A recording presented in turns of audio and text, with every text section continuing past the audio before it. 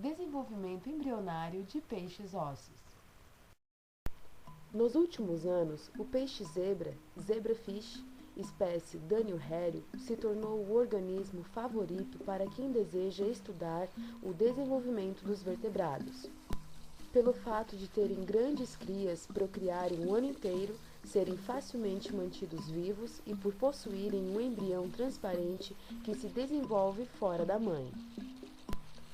Adicionalmente, eles se desenvolvem rapidamente, para que 24 horas após a fertilização, o embrião já tenha formado a maior parte de seus tecidos e órgãos primordiais, apresentando como característica a forma semelhante ao girino dos anfíbios. Os diferentes tipos de clivagem dependem da quantidade de vitelo presente nos ovos. Alguns peixes apresentam ovos oligolécitos. Outros apresentam ovos mesolécitos.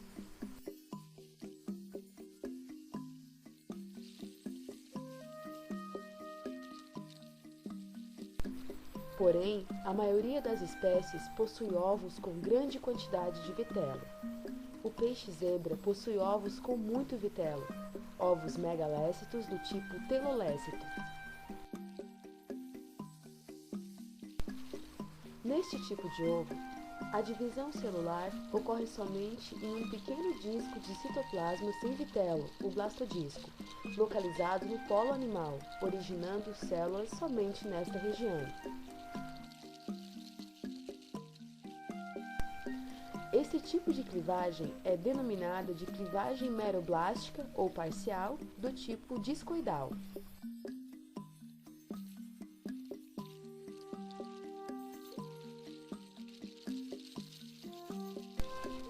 Como nos embriões de ouriços do mar e anfíbios, as clivagens iniciais seguem um padrão de clivagens meridionais e equatoriais.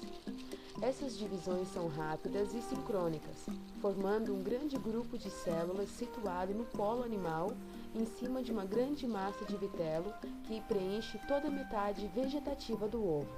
As 5 primeiras clivagens são todas meridionais. A quarta clivagem ocorre em um plano paralelo à segunda clivagem, dividindo as 2 fileiras de 4 blastômeros em 4 fileiras de 4 blastômeros cada, resultando num total de 16 blastômeros. A primeira ocorre no centro do blastodisco, dividindo-o em 2 blastômeros de mesmo tamanho. O segundo plano de clivagem é também meridional, mas perpendicular ao primeiro, originando 4 blastômeros. A terceira clivagem ocorre em um plano paralelo à primeira, dividindo os 4 blastômeros existentes e assim formando 8 blastômeros. Quarta clivagem, formando 16 blastômeros.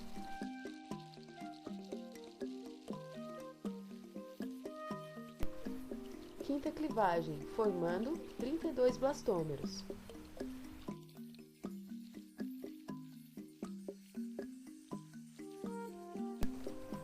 Observemos agora algumas dessas divisões em micrografias eletrônicas de varredura das fases iniciais do desenvolvimento do peixe zebra.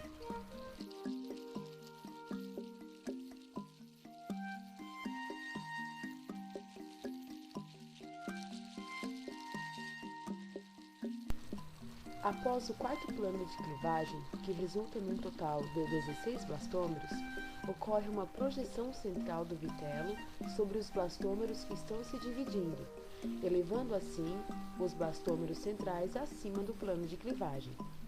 O quinto plano de clivagem ocorre paralelo ao primeiro e ao terceiro, dando origem a 32 blastômeros.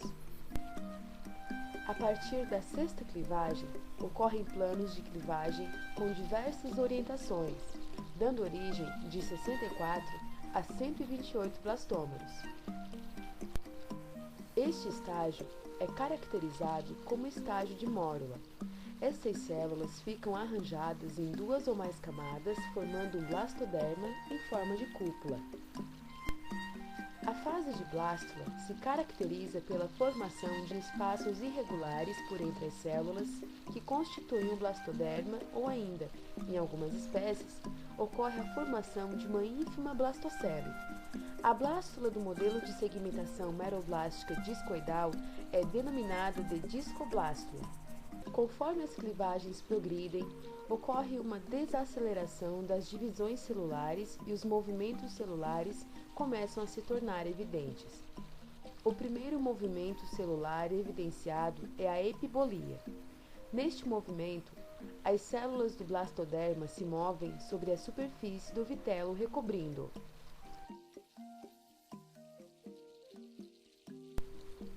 A fase de gástrula se caracteriza pela continuidade e término do movimento de epibolia e pelo início do movimento de involução das futuras células endodérmicas e mesodérmicas, e também pelos movimentos de convergência e extensão das células recém-interiorizadas em direção à linha média dorsal para formar o corpo do embrião ao redor da massa de vitelo, à medida que o embrião se alonga em uma direção antero-posterior.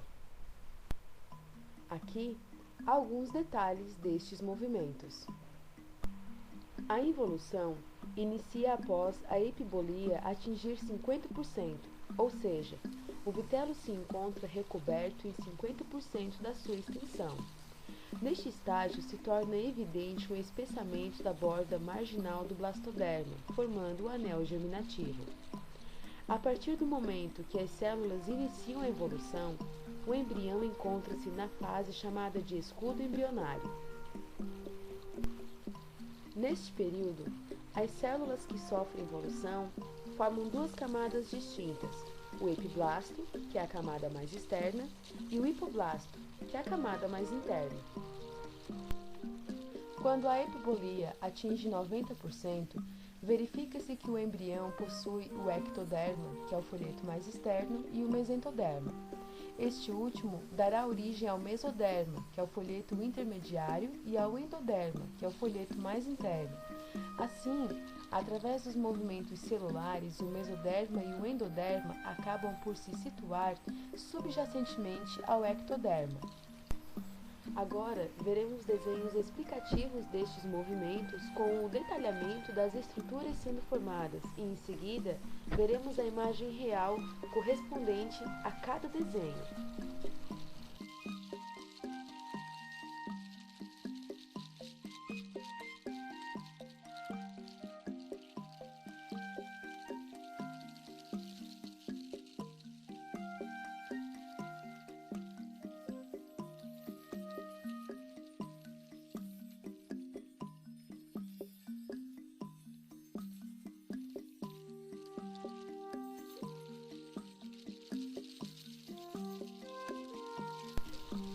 Após os movimentos de gastrulação, seguem a formação do tubo neural e migração das células das cristas neurais para diferentes regiões do corpo do embrião.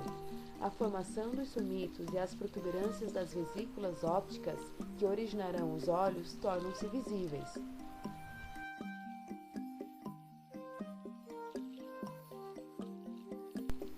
Aqui podemos ver a região cefálica, os somitos e o broto caudal. Nesta imagem, o olho já torna-se evidente.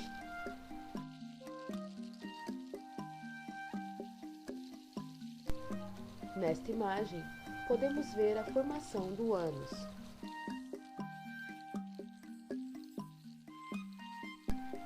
No peixe-zebra, após 48 horas da fertilização, ocorre a eclosão de uma larva livre natante. A larva recém-eclodida dos peixes-ossos é denominada genericamente de alevino.